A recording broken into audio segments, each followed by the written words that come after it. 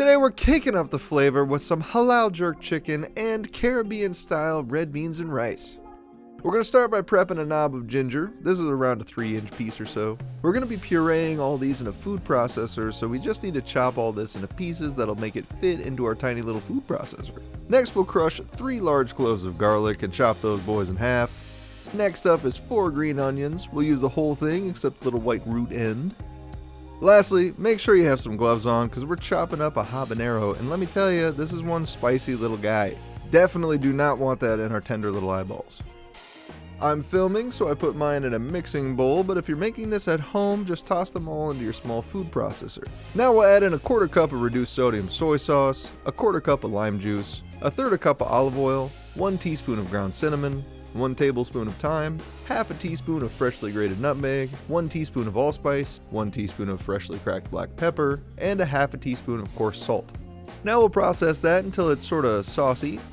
I gave this a taste and decided it was a little too light on some of the flavors, but I like bold and brash flavors, so if you like yours more subdued, stick with what I use above. If you're looking for more flavor, add in another half a teaspoon of ground nutmeg, another knob of ginger, 3 more cloves of garlic, 2 tablespoons of brown sugar, 1 more teaspoon of cinnamon, 1 more teaspoon of allspice, and another half teaspoon of coarse salt. Now we'll give that a process until all chopped and combined. Now we'll taste it again for seasoning, and that was way closer to what I was looking for, so I called it good there. Now we'll pour the jerk marinade over 1 pack of Midamar's halal chicken thighs and halal chicken drumsticks. You can pick those up at our link in the description and use code YTSHIP for free shipping off 1 order over $99. I want this chicken to be very well seasoned. Our chicken thighs are boneless, skinless, so those are fine, but the chicken drums have skin. So to make sure that it's properly seasoned, we're going to lift up the skin and massage some of the marinade onto the skin underneath it. This is the key to getting all those spices and seasonings into all of the chicken. Once that's done, we'll cover it with cling wrap and marinate in the fridge for 1 to 3 hours, and in the meantime, we'll make some red beans and rice. In a big old Dutch oven, we'll pour in 2 tablespoons of neutral oil over medium-low heat, and while that's getting hot, we'd appreciate a thumbs up and a subscribe. We post delicious new recipes every Friday, and those little things help us out a lot. Now we're going to bring in 3 large cloves of garlic, and I always use a garlic press to process my garlic. I highly recommend it.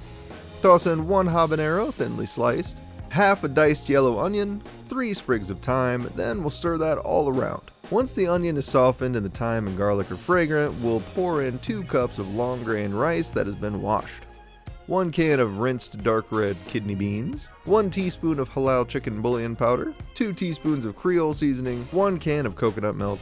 Then we'll add in 2.5 cups of halal chicken stock. Get that all stirred together, and then we'll finish it with 4 bay leaves. Turn the heat to medium and bring it to a light boil. Once it's bubbling, turn your heat to low, cover, and stir occasionally for 10 to 15 minutes or until the rice is tender. Once the rice is softened, we'll pull out the bay leaves, season it with a teaspoon of coarse salt and a half a teaspoon of black pepper. Give it one final mix, take it off the heat, cover, and then keep it warm. Now that our rice is cooked, we'll head out to the grill and get that chicken cooking. Grill each piece with plenty of space between them. We want to cook those until they hit 165 degrees internally. This takes about 5 to 10 minutes depending on your grill and the heat that you have it set to. Once those are done, we'll take them off the grill and let them rest for 3 to 5 minutes to get those juices locked in. Now it's finally time to eat, and I cannot recommend this dish enough. The heat isn't nearly as intense once the habaneros have been cooked, but they deliver a nice amount of warmth, and the seasonings on the chicken were perfect. Thanks for watching. We'll see you guys next week with another delicious halal recipe.